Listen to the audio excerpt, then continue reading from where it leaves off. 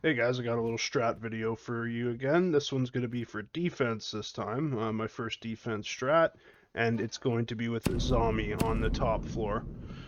So this is something that I do pretty much every time if Azami's not banned here, right off the hop.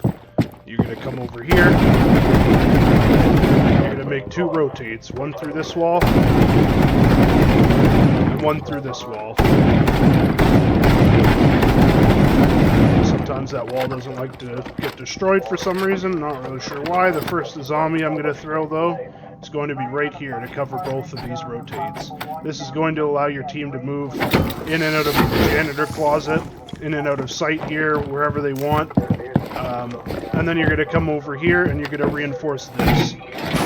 This is going to stop people because everyone, for some reason, I'm not sure if this is like meta or something, but everyone seems to put headphones here, okay?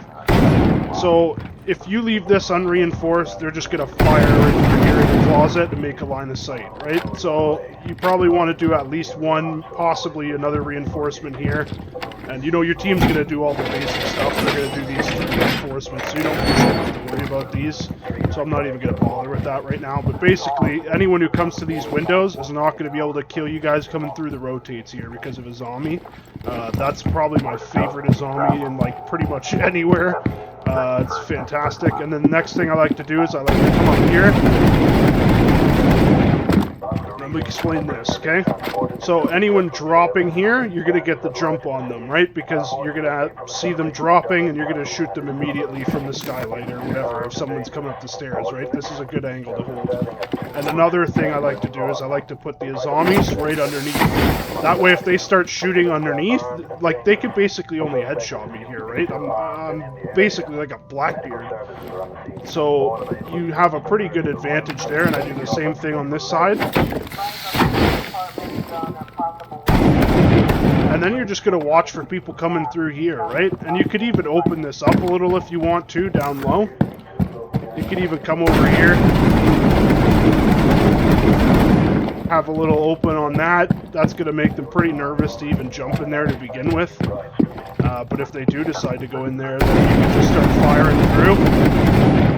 And, you know, this thing's going to melt them. So that's a pretty good spot there. Another place I like to put the Azami, right here.